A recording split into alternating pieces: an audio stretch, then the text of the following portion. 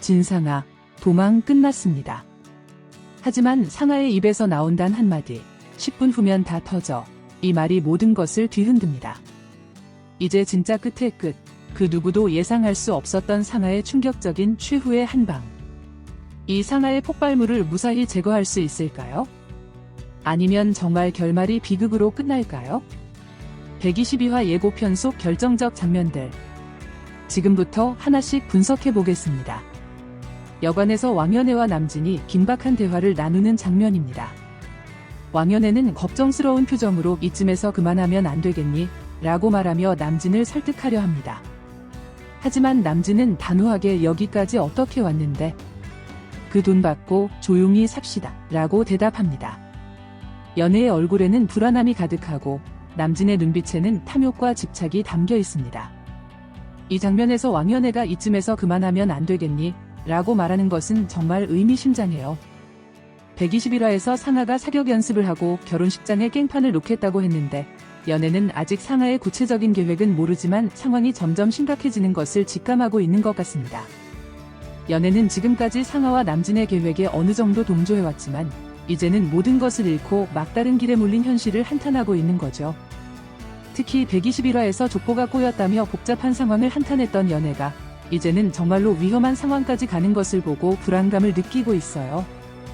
하지만 남진의 여기까지 어떻게 왔는데? 라는 대답은 그가 이미 되돌릴 수 없는 선을 넘었다고 생각하고 있음을 보여줍니다. 121화에서 진중배 시계까지 훔쳤던 남진이 이제는 모든 것을 잃고 아무것도 없는 상태에서 마지막으로라도 돈을 챙기고 손절하려는 심정인 거죠.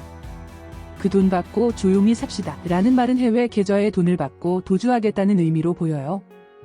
사실 연애와 남진은 모자 관계이기 때문에 완전한 결별은 어려울 것 같아요. 하지만 연애는 아들이 너무 깊숙이 들어와 버린 상황을 안타까워하면서도 이제는 정말로 위험한 수준까지 갔다는 것을 감지하고 있는 것 같습니다. 이후 장면에서 나오는 폭발물 음모는 상아만이 알고 있는 것으로 보여지는데요. 남진과 연애도 이 사실을 알았더라면 이 정도까지는 아니라고 생각하고 이 음모를 밝히고 막으려 했을 수도 있었을 텐데요. 부둣가에서 상아가 미랑을 위해 접선자를 기다리고 있는데 남진이 가방을 들고 뒤따라 나타납니다. 상아는 당황하며 여기 어떻게 왔어? 라고 묻고 남진은 내가 당신을 어떻게 믿고 따로 가나? 같이 한번 가보자 라고 대답합니다. 그때 상아가 멀리서 다가오는 선주를 발견하고 저거 피선주 아니야? 라고 말합니다. 선주는 진상아 라고 외치며 상아를 쫓기 시작하고 상아는 산으로 도망치지만 결국 선주에게 붙잡힙니다. 그런데 상아가 잡힌 후 긴급하게 여기 이러고 있을 때가 아닌데 10분 후면 다 터져 라고 말하자 선주는 충격을 받으며 뭐?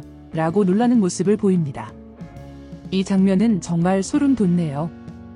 상아와 남진이 부둣가에서 만나는 것은 121화에서 계획했던 미랑이 실행되는 순간이에요.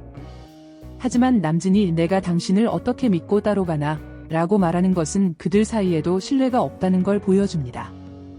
이전 회차에서 이미 여러 차례 상아는 믿지 못할 인간이라고 느꼈을 거예요.